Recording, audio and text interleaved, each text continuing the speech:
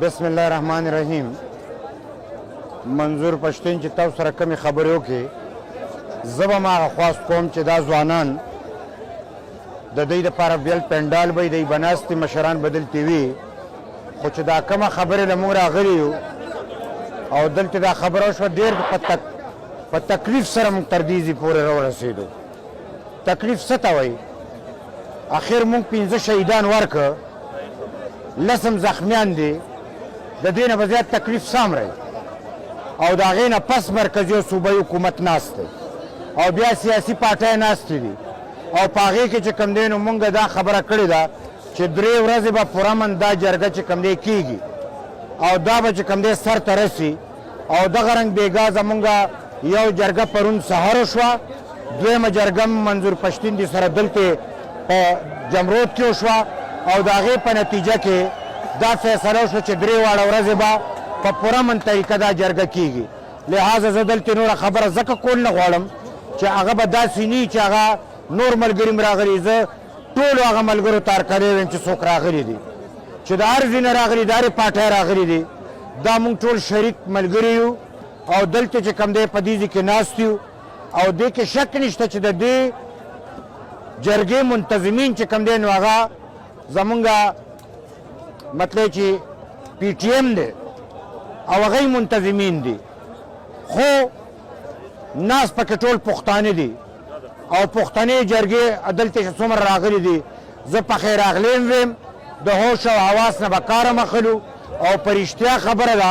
چې دا یو شاباسۍ به زه پی ټي ایم له په دې ورکوم چې دا یو وخت رالو چې دلته شهیدان شو او زخمیان شو، نو په دې کې د دې نه پس هره فیصله کېدی شوه، دې کې ډېره مطلب چې دومره تیزه فیصله کېدی شوه چې حکومت سره به یې علاج نو، خو مونږ غواړو چې پښتانه د شعور سره، د عقل او د فهم سره د خپل قوم د مستقبل په خاطر هغه خبرې وکړي چې مونږ دایمي ګټه وکړو. مونږ تاریخي طور مطلب ټول عمر مقابلې کړي دي، مونږ به په مستقبل کې مقابلې کوو او دا سختې به په مونږ راځي، خو د دې سختو ما دلته په اشاره انټرویو کې وویل چې زما یو زوی و چې کله شهید شو نو ما ټوله داسې میډیا ما ته ناسته وه، ای دا خیال و چې د زوی شهید شوی دی به اشتعال کې راشي، ما وی زما خو دا یو زوی و، ټیک ته چې د پلار په حیثیت زه خفه یم، خو دا کامي شهید دی،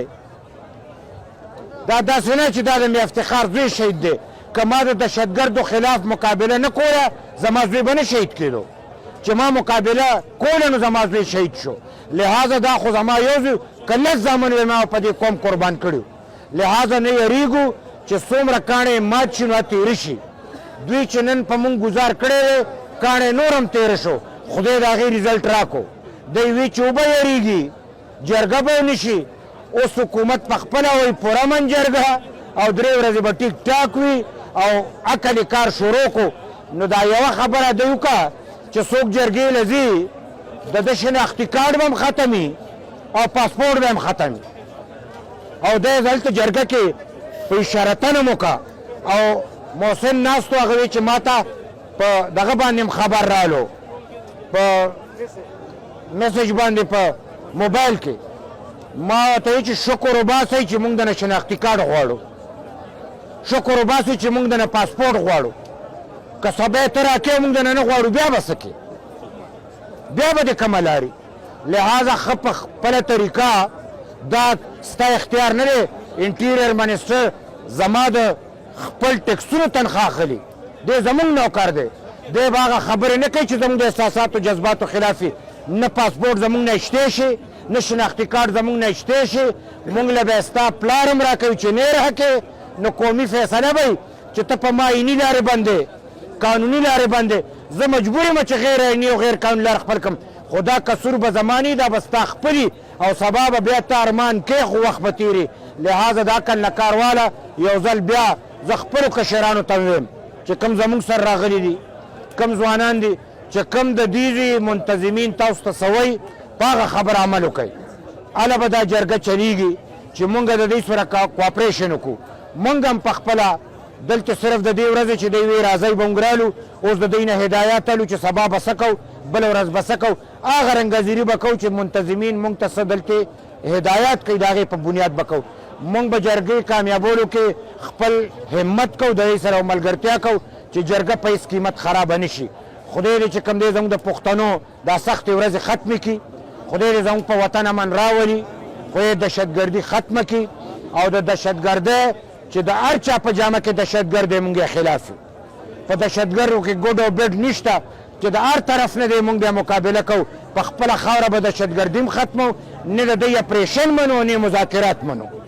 مونږ چې کوم دی نیغه نیغه خبره کوو چې دا قوم به اعتماد کوي، دا پښتون قوم دی په مونږ باندې سخته ده چې په چا سخته ده د هغې اعتماد کې باخلي او دا جرګه به هم انشاءالله تعالی همدغه رنګ خبره کوي چې دلته به امن څنګه راځي، دهشتګردي به څنګه ختمېږي، په هغې به عمل کوئ. لہذا د خدای نه به سوال کوم چې یا خدایه مونږ له شعور راکې، مونږ له عقل راکې، مونږ له د دوست دشمن پہچان راکې او که په دې کې څه کمی بیشی یا خدای هغه کمی بیشی ته وباسې، زمونږ ورورولي مضبوطه کې او مونږ ته خپله لاره کې خنډان دي دا ختم کې او یا الله تش په دعاګانو نه کېږي، همت او جرأت راکې چې د دې حالاتو مقابله وکړو. واخر دعوانا ان الحمدلله رب العالمین.